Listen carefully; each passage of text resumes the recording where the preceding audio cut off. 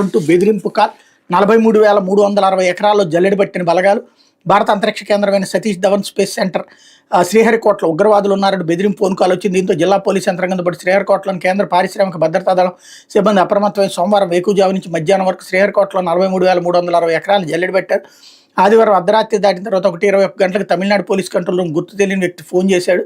శ్రీహరికోటలో ఉగ్రవాదులు ఉన్నారని చెప్పి కట్ చేశారు. అప్రమత్తమైన అక్కడ పోలీసులు 1:30 గంటలకు తిరుపతి జిల్లా ఎస్పీ కార్యాలయానికి సమాచారం అందించారు. అనంతరం నాయుడుపేట డీఎస్పీ చెంచుబాబు శ్రీహరికోటలోని సిఐఎస్ఎఫ్ కమాండెంట్ సంజిత్ కుమార్ అప్రమత్తం చేశారు. వెంటనే రంగంలోకి దిగిన సిఐఎస్ఎఫ్ బలగాలు పోలీసులు శ్రీహరికోట అడవులతో పాటు పరిసర ప్రాంతాల్లో కుమ్మింగ్ చేపట్టారు. బాంబు నిర్వీర్యక దళం డాగ్ స్క్వాడ్ సిబ్బంది అణువణువు జల్లెడబెట్టారు.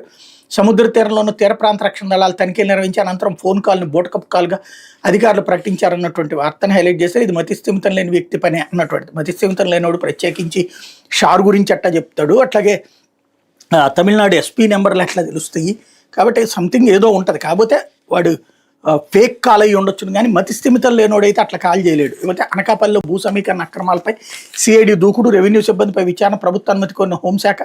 పేదలకు ఇంటి స్థలాలు పెట్టి అనకాపల్లి గత వైకాపా ప్రభుత్వ హయాంలో డీఫామ్ పట్టా ఆక్రమిత భూములను సమీకరించిన వ్యవహారంలో జరిగిన అవకతవకలపై విచారణ సిఐడి వేగవంతం చేసి మాజీ మంత్రి గుడివాడ అమర్నాథ్ ప్రాతినిధ్యం వహిస్తున్నటువంటి అనకాపల్లి నియోజకవర్గం జరిగిన భూ సమీకరణ ప్రక్రియలో చోటు చేసుకున్న అక్రమాలపై స్థానిక వీఆర్ఓలు, తహసీల్దార్ నుంచి సిఐడి అధికారులు ఇప్పటికే వివరాలు సేకరించారు. తదుపరి చర్యలో భాగంగా రెవెన్యూ సిబ్బందిని విచారించేందుకు ప్రభుత్వం అనుమతి కావాలని హోంశాఖ కోరిందన్నటువంటి వార్తని హైలైట్ చేశారు.